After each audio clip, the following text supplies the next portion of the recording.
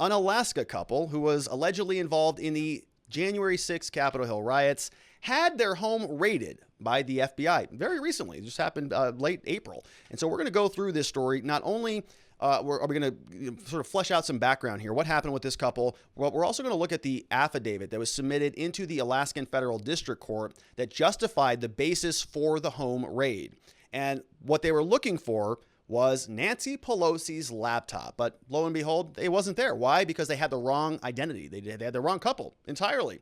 But the couple still had to wake up with FBI agents standing over them with firearms in the middle of their home because a judge signed off on the warrant. Is anybody going to apologize for that? We'll see. So Legal Insurrection, great blog. They did some heavy lifting on this. We're going to go over to their article posted today by, this was posted on Saturday, May 1st, by Fuzzy Slippers, and we're talking about it now because the affidavit is now available. So we're going to go through it. The Alaska couple was raided by the FBI. Why? They attended the January 6th Capitol Hill riot. Armed FBI agents reportedly broke down the door of their home as they slept in their beds and accosted them with guns drawn, demanding they turn over House Speaker Nancy Pelosi's laptop. Remember this when they raided in the when they were in the Capitol building. There was a guy who was in her office with his feet on his desk, but apparently there's a conference room in close proximity that had a conference room laptop that they would put, I don't know, PowerPoint slides on or whatever they do. Somebody took that laptop. So that's what they were looking for. The couple had, like tens of thousands of other patriotic Americans, attended President Trump's January 6th rally. And like the vast majority of those in attendance, they did not enter the Capitol building. The FBI, however, is apparently working under the misguided and dangerous belief that simply attending a Trump rally is suspicious, insurrectionist behavior. And so Fuzzy Slippers, of course, says this is a slippery slope. And it is horrifying. Now, the Alaska Watchman reports that the name of the couple are, of course, Paul and Marilyn Hueper, owners of Homer Inn and Spa. So they woke with a start at 9 a.m. April 28th when a dozen armed FBI agents kicked down their front door in an investigation associated with Rep. Nancy Pelosi's stolen laptop. Speaking April 29th to a radio host, Paul, one of the couples, recalled that he was alarmed and shocked to come out of his bedroom with 7 guns pointing at him and his wife. Says it was a little alarming when they turned around the corner. The first thing they did was start barking out commandments. Ultimately, the couple was handcuffed and interrogated for the better part of 3 hours before being released. In the end, it was a case of mistaken identity. Don't you hate when that happens? You assemble a whole SWAT team and a raid team and you go and it's the wrong house. Damn it. Again? Lou, didn't you check? The Hoopers were in D.C. for the rally with President Trump, but they never came close to entering the Capitol building, and they certainly never took her laptop. So apparently the FBI went off half-cocked because Marilyn Heuper was wearing the same coat as some other woman who did enter the Capitol. Here's what they look like, even though they don't really look alike at all. So we have here at the ellipse, we have a picture of Marilyn Heuper waiting for Trump to speak in D.C. at 11:13 a.m. It says, wearing my usual, quote, uniform, black scoop, neck tank, wireless headset, mask with my name, scarf for the cold day, red, white, and blue striped button-down shirt peeking out. Okay, on the left side here. And, you know, folks, this isn't illegal yet. It's not illegal yet to go and support President Trump or any Republican. You're still allowed to go out there and protest. And same for the other side. Okay, we also see that lunatic law enforcement departments around this country also want to arrest protesters. We have a whole situation here in Arizona where there's a lot of back and forth, round and around we go, because our Maricopa County attorney and their office arrested a handful of protesters for no reason. So it's happening on both sides. It's insanity. It's ridiculous. But this one, not even close, right? This one, they raided somebody's house with 7 agents with guns. Let's take a look. Do these people look anything alike? And it's funny. I actually got somewhat decent at doing this because when I first started practicing law, I used to do a lot of photo radar tickets, a lot of them. And there's one, let me be careful here. There's a judge in Arizona, we're going to leave it at that, who's a lot of fun to work with on photo radar tickets. If you practice in Arizona, you probably know who I'm talking about. But this judge does not like photo radar tickets, just doesn't like them. And so that's very abnormal for photo radar judges, because most judges recognize that these things are huge cash cows for local municipalities. And so they get sort of reappointed, unofficially based upon some of their numbers. And if they're dismissing photo radar cases all day long, they're not making that much revenue. So in this situation, this judge, for whatever reason, I don't know, he just felt secure in his position. He just didn't like photo radars. So what we would do, what I would do is I would go in there and I would hold up two photos. So I would take the photograph of the photo radar violation, shows a picture of somebody driving, right? Never my client. And I would also take a photograph of the motor vehicle photo of our client. And I would bring them both in there and I'd say, look, Judge, here's a picture blown up of our client's MVD photograph. You can see all the facial features.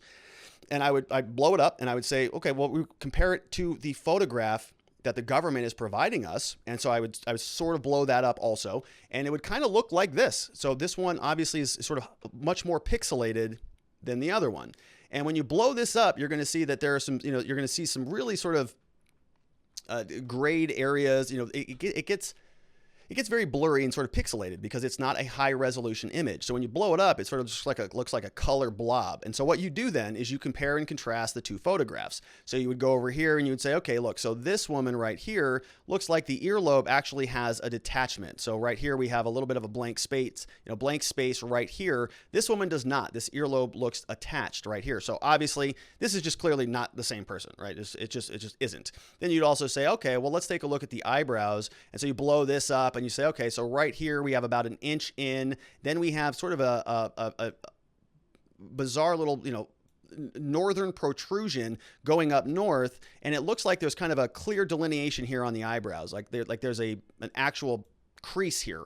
Or a break where it changes directions right about there. This woman's over here it's kind of over here. It's further down on the side of the face, whereas this woman's is closer to the front of her face. And so you just go, Judge, I mean, obviously, like the nose is different. We can't really see the nose here. But yeah, it looks like this one maybe is a little bit longer and narrower, whereas this one's a little bit shorter and wider, right? And so you just go through that with the judge and just do that. And the judge would go, oh yeah, clearly. Yeah, obviously, ears don't match, eyelids don't match, nothing matches. And the judge would go, so it's about 50-50. If it's a 50-50, tie goes to the defendant, dismissed. And it was just great because we would do that and we would just point out people's facial features and very successful track record out of that court using that strategy. Now, that's not really a legal strategy. I mean, it's kind of a legal strategy, but it's a practical application of what we see, the evidence that's in front of us. And the government's cameras are so, out of this particular jurisdiction, I almost said it, their cameras are so terrible that when you blow up their photographs, they get pixelated like that. You can't see anything. Whereas some other cities around the valley, because of that strategy, they've upgraded their cameras. So now they have like 4K cameras. And so if I blow it up, I'm like, yeah, I can see the pores on that person's face. So my strategy doesn't work as well anymore on some of those other cameras. But this was like 7 years ago. So I'm sure that doesn't work anymore for anybody who cares. Anyways, tangent, but this is what's happening here, right? They're comparing faces. Facial features one to the other. And so over here, we have another person, unidentified gal over from FBI.gov, says her hair parts on the opposite side, right? So it looks like opposite side. She has darker hair, big earrings, right? Big earrings here, no earrings here. Ugly sweater that I'd never wear, she says. So she says it's an ugly sweater. She has a black coat like mine and nappy hair like mine. She's white, so I guess some similarities. Does the FBI just think all white people are the same? That's racist. So here she says, there are some similarities. Homer, the resident, Mary Heuper, posted this photo on Facebook to show the physical differences between her and the woman the FBI agents thought that she was. It doesn't even look anything like her. I mean, the eyes are totally different. I mean, it's a totally different, even eye color, it looks like. Not even remotely close. But the FBI, good enough for government work. Okay. So it says, these are our crack federal law enforcement agents at work. So that is from Fuzzy Slippers.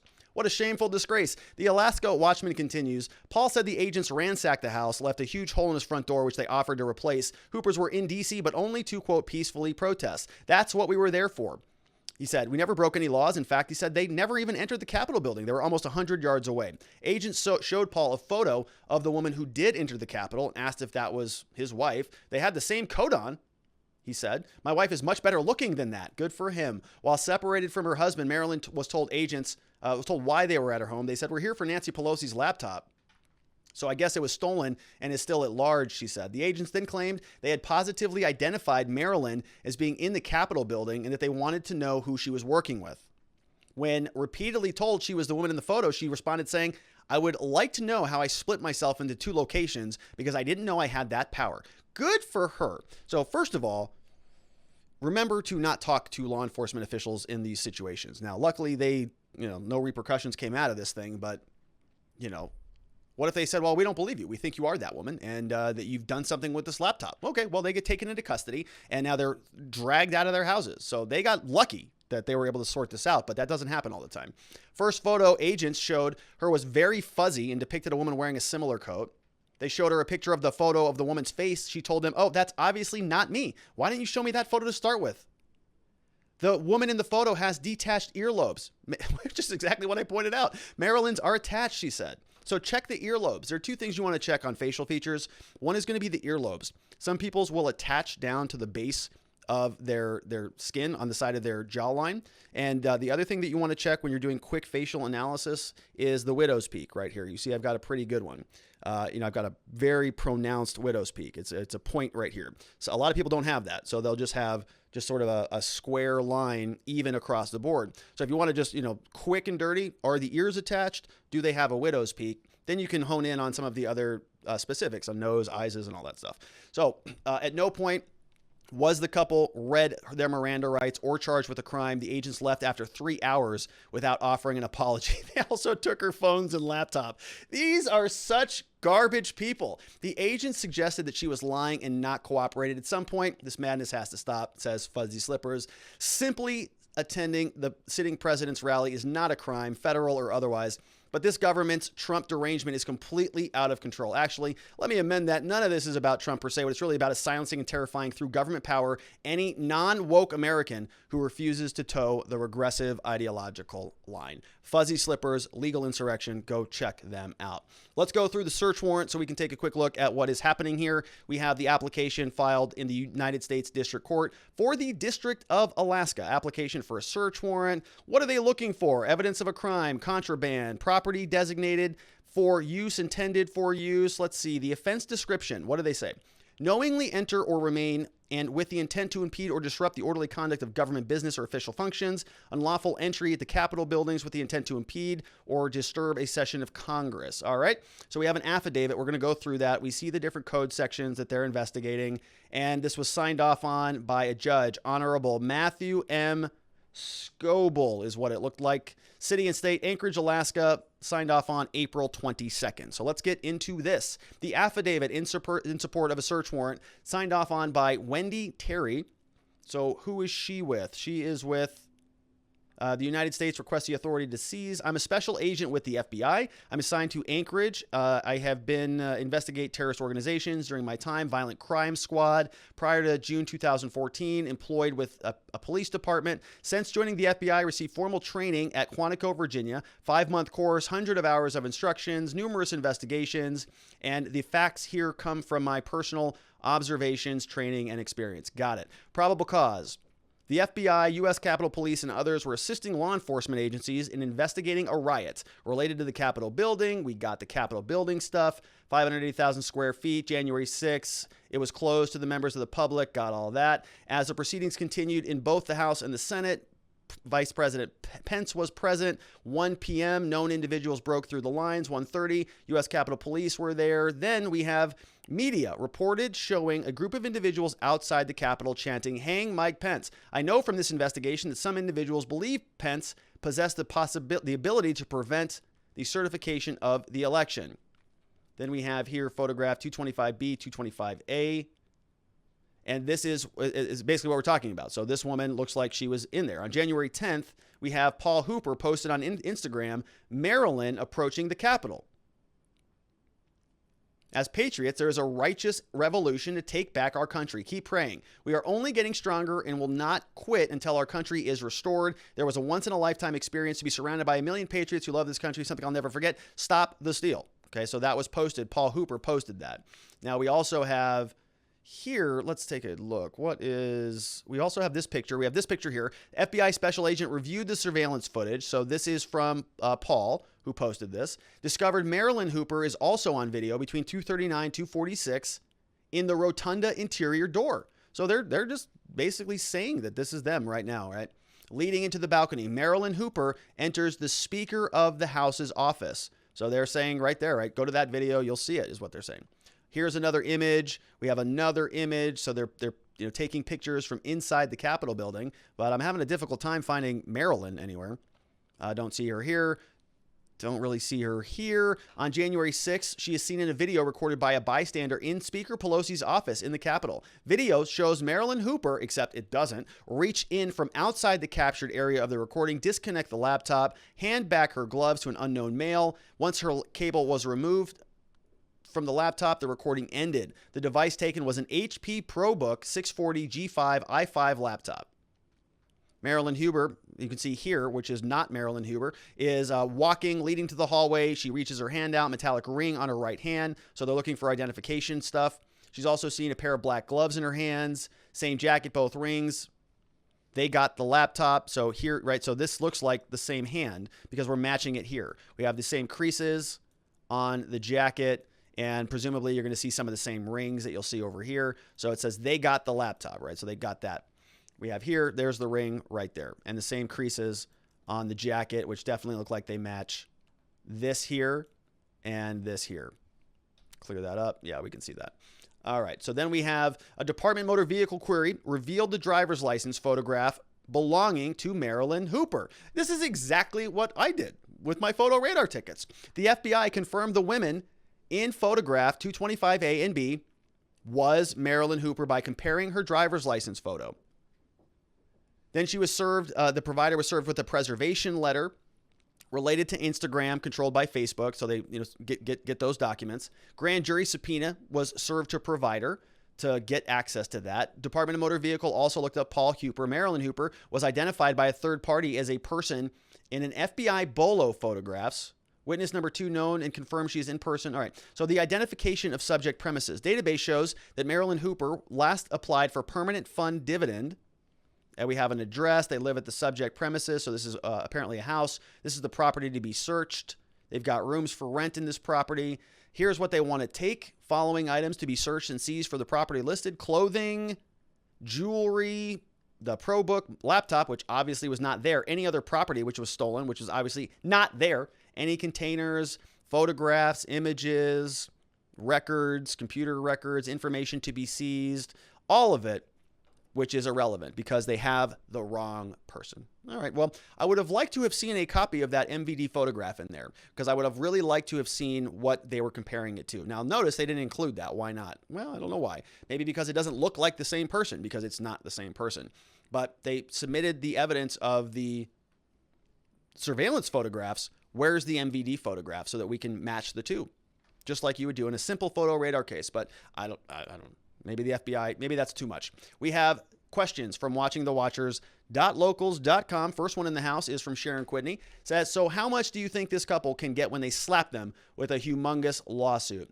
It's quickly becoming illegal to have anything to do with Trump. Exhibit A, Rudy Giuliani. Yeah, I mean, I'm sure they're going to lawyer up. I know this. They're not going to get $27 million.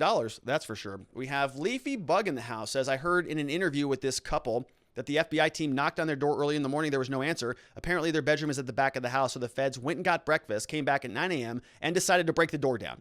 Is that really how search warrants work? No. I mean, I don't know, right? I've never executed a search warrant. Maybe that's how they do things. Oh, we're a little early. You want to run down to Denny's and get a grand slam? Yeah, that sounds good. Yeah, before we kick in this couple's home and then sort of ransack them while they're in bed with multiple firearms because we got the wrong identity, I'm hungry. I need some energy before we do that, don't you?